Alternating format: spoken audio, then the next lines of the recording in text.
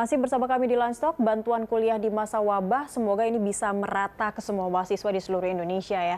Kembali ke narasumber saya, giliran ke Pak Arief. Pak Arief, ini bantuan tentu sangat dinanti oleh mahasiswa, sangat dibutuhkan oleh mahasiswa saat ini. Tapi dari kampus sendiri, sebenarnya langsung berdampak seperti apa juga nih Pak? Dan kalau kita tahu kan semua sektor terdampak oleh pandemi ini, tapi kalau dari sektor pendidikan khususnya perguruan tinggi secara finansial ini sangat berdampak juga tidak Pak? Seperti apa sih kondisi kebanyakan kampus-kampus kita saat ini, khususnya mungkin IPB yang bisa jadi gambaran? Kasus IPB terdampak sekali. Satu dari sisi bantuan pendidikan dari kementerian, kita sudah dipotong kurang lebih sekitar 24 miliar. Ya. Kemudian belum lagi dana riset yang juga dipotong, dana WUR, Industri Rengke juga dipotong 3 miliar. Jadi potongnya sudah sangat banyak sekali. Itu dari sisi bantuan, dari sisi bantuan dari pemerintah saja sudah dipotong. Ya. Kemudian kedua, bantuan pendapatan kerjasama, karena banyak kerjasama kita yang tertunda, tercancel. Kemudian juga dari sisi bisnis, kita punya banyak bisnis-bisnis untuk convention, kemudian kita juga punya bisnis hotel dan sebagainya, juga terdampak sekali. Kita juga punya outlet untuk penjualan inovasi-inovasi IPB, proyek-proyek konsultansi dan sebagainya. Itu semua terkena semua, Bu. Jadi memang ya ini adalah ujian buat kita bersama.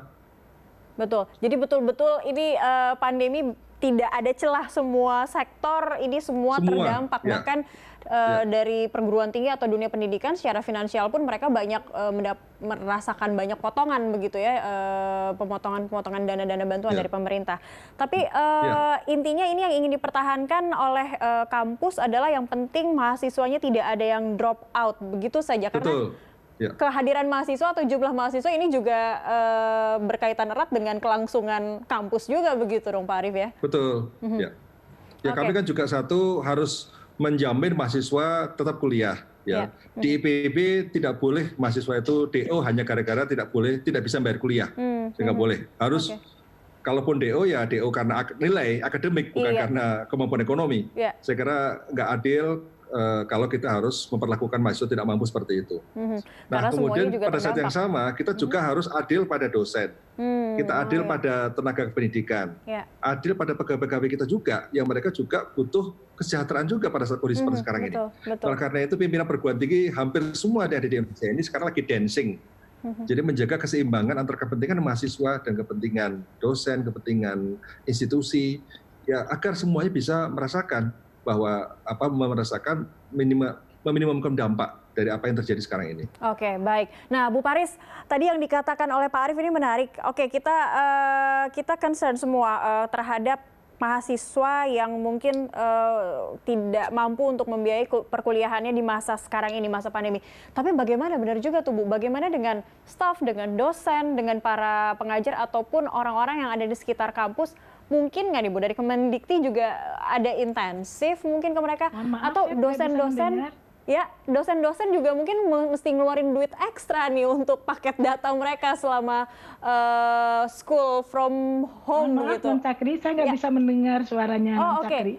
Coba bisa cek audio. Bu Paris sudah mendengar suara saya sekarang?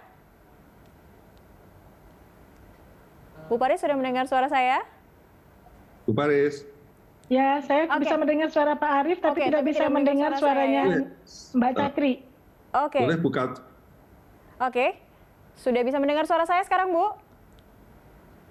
Belum. Atau mungkin mesti di-unmute. Mbak Cakri nggak bisa dengar saya. Boleh. Nggak kedengaran.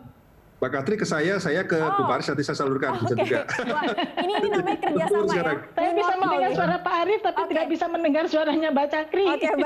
Baik. Pak, mungkin jadi minta tolong sama Pak Arief ini menarik nih. Jadi tadi Pak Arief sampaikan kan, tidak hanya insentif atau bantuan terhadap mahasiswa, tapi mungkin tidak staf, pengajar, dosen juga bisa mendapat insentif. Khususnya mereka pasti dosen-dosen harus mengeluarkan biaya ekstra Pak buat beli paket data begitu Pak, apalagi Pak. Ya, jadi Bu Paris, ini tadi pertanyaan dari host bahwa kan yang terdampak kan tidak hanya mahasiswa tapi juga dosen dan tendik. Mereka harus mengeluarkan pulsa, ya juga pekerjaan-pekerjaan mereka juga sebagian cancel pekerjaan di luar dan sebagainya. Tambahan-tambahan juga tidak ada. Nah, terus bagaimana untuk apakah Menteri akan terkait dengan soal dosen dan tenaga kependidikan? Ya, seperti sampai dengan ini, saya sangat yakin Bapak-Bapak Rektor, baik di perguruan tinggi negeri maupun perguruan tinggi swasta adalah orang-orang terpilih ya oleh komunitasnya. Jadi Mas Menteri sangat yakin sekali Bapak-Bapak Rektor dimanapun berada, insya Allah pasti bisa menghandling kesejahteraan dan menyeimbangkan akibat pandemi COVID itu untuk diselaraskan berbagai macam pendapatannya dari para rektor. Jadi saya sangat yakin sekali para rektor ini adalah pahlawan-pahlawan pendidikan yang sangat tangguh yang bisa menyelesaikan berbagai masalah yang ada di perguruan tinggi. Tapi kami tentu saja Pak akan melakukan berbagai macam efisiensi juga. Kami sedang sama Pak Dirjen sedang melakukan beberapa kajian kemungkinan untuk melakukan berbagai macam dalam tanda petik hibah ya Pak ya, hibah Kampus Merdeka Belajar. Mudah-mudahan ini juga bisa menambah sedikit atau sebagian jalan keluar dari masalah kita bersama. Kementerian sendiri juga mungkin sudah banyak diberitakan. Pada tahun ini Kementerian Pendidikan dan Kebudayaan juga mendapat potongan lebih kurang 4,9 triliun ya, atau 5 triliun lebih kurang terkait dengan pendanaan pendidikan. Tetapi kami sama sekali tidak pernah juga memberikan berbagai macam kebijakan-kebijakan yang menyulitkan untuk perguruan tinggi. Jadi kami sekarang juga sedang melakukan komunikasi agar Kampus Merdeka Belajar juga bisa memberikan salah satu solusi untuk hibah bagi dosen dan para mahasiswanya. Mudah-mudahan nanti bisa dilakukan kerjasama yang baik antara Kementerian Pendidikan. Oke, baik. Baik, terima kasih. Oke. Ya. Baik.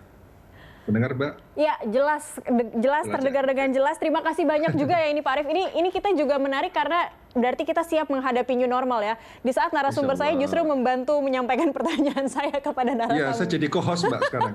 Waduh, ini bahaya kalau narasumber saya jadi co-host. Baik, terima kasih Bu Paris. Kita sudah mendengar dengan baik tadi jawaban yang terakhir. Kita harapkan ini tidak hanya mahasiswa yang terbantu, tapi juga siapapun staf khususnya dosen dan semua pendukung keberlangsungan dari perguruan tinggi atau kampus ini juga bisa terbantu juga karena keduanya ini saling berkaitan. Terima kasih banyak Pak Arief dan juga Bu Paris, tetap sehat, tetap semangat. Selamat siang. Mohon supportnya. Siang, kasih.